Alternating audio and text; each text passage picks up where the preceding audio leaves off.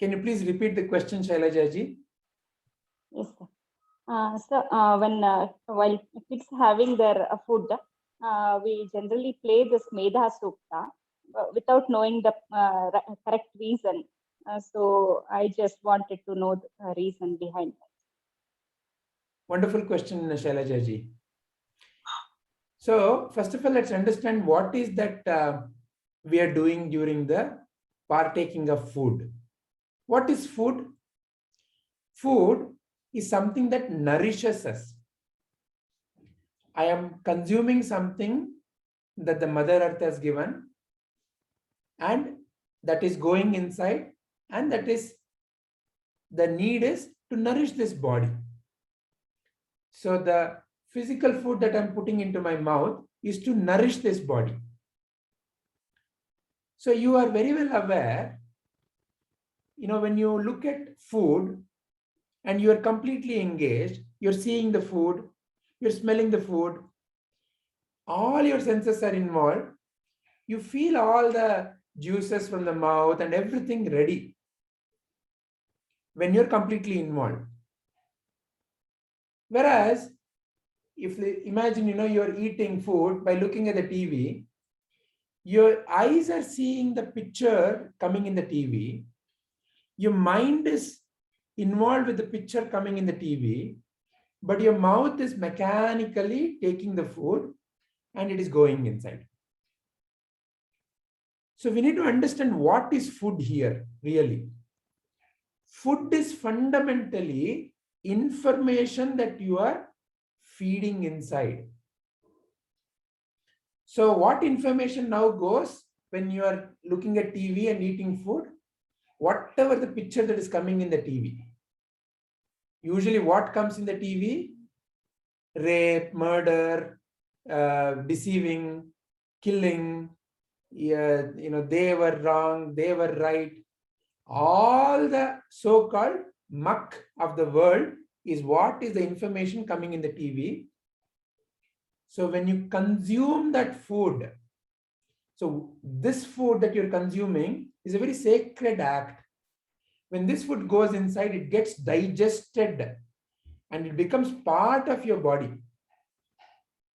See, your eyes have grown out of the carrots and the cucumbers that you've eaten.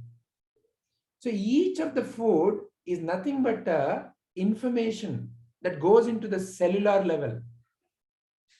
So when you put the information, such as let's say carrot, cucumber, freshly cut, that freshness, that fresh information, that nice information goes inside. And the cells also grow and become radiant with that. Now, along with that, what kind of information or other food that we are feeding to the eyes? In a way, this is not the only food. If you look at it in one sense, this is food to the tongue. But what we see is food to the eyes. What we hear is food to the ears. What we smell is food to the nose. Like that, we are offering food to other senses also. So an important process, especially for little children. It is so painful to see many little children, in front of them there is TV going on, some cartoon is going on, Tom and Jerry is going on, some cat is running to kill a rat, and so fast movement is going on, and the mother is very happy that the baby is just opening the mouth and without any problem is eating. Why? The mother feels that I have to feed the baby, physically I have to feed the baby. But the information that is being fed through the eyes, which is going into the mind, and what gets digested, that is not at all being seen. That is why, if you look at any traditional culture of eating, first and foremost, we sit on the floor, all of us as a family, we come together, we serve everyone else, we say one or the other prayer. So generally the prayer that is associated with the food partaking is either Sahana Bhavatu. What it really means is, May all of us work together without seeing faults in each other. May the best in you and the best in me create the best for everyone. That is the essential meaning of Sahana Bhavatu. So then that feeling gets digested into the cellular level. Or the prayer is Brahmagnir Brahmano Ahutaha, meaning what I'm partaking is Brahman, who is eating is Brahman, to who it is being offered is Brahman. So you once again get connected to your own divine nature. And the food is equally divine. Or generally, there is Medha Sukta or some pleasant music that is being played. Because the food that is going into the ear has to be equally pleasant, because that gets digested. Especially what you do during food gets digested into the cellular level. That's why, they say, right, when you're offering food, don't be angry. When you're making food, look at your family happy, healthy, peaceful. Because what you're feeling in the mind is getting radiated as energy.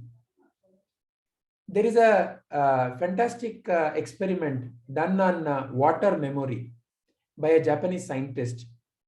I must have shown that to you all earlier.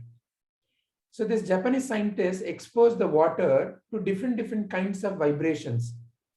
When somebody is angry, shouting, "You fool, you idiot," or "You scoundrel," such kind of filthy language.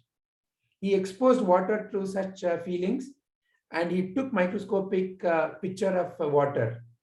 It all would look very disturbed, the water molecule. Then he exposed water to nice feelings. "You are wonderful. I am loving towards you." These nice feelings. Then again he took the snapshot of the water. Now the water molecules were all wonderfully arranged. This is the experiment with water. Now look at your own body. It is said body is made up of more than 70% water. So when you're exposing yourself to these feelings, then that is the nature of the cells. It starts getting disturbed. You can feel it yourself. When you're angry, it's not a nice feeling. There's a heat and radiation and feeling of tightness and uncomfortable just by you shouting at somebody, because that feeling has emerged now. So therefore, what is the feeling with which you're making the food is very important. What's the feeling with which you're offering the food is very important. What's the feeling with which you are consuming the food is very important. It's a divine action. It is like how much importance we give to puja, that much importance we have to give to the very act of creating and consuming food.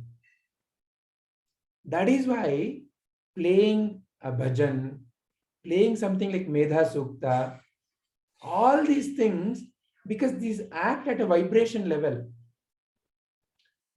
See, Medha Sukta, though you may not understand why it is being played, the vibrations in that sukta, that naturally starts affecting. And fundamentally, everything in existence is energy in vibration. So you're tuning the cells to a certain level of vibration. "You fool, you idiot" is a certain level of vibration, which takes one down. Medha Sukta tunes to the vibration level of the divine.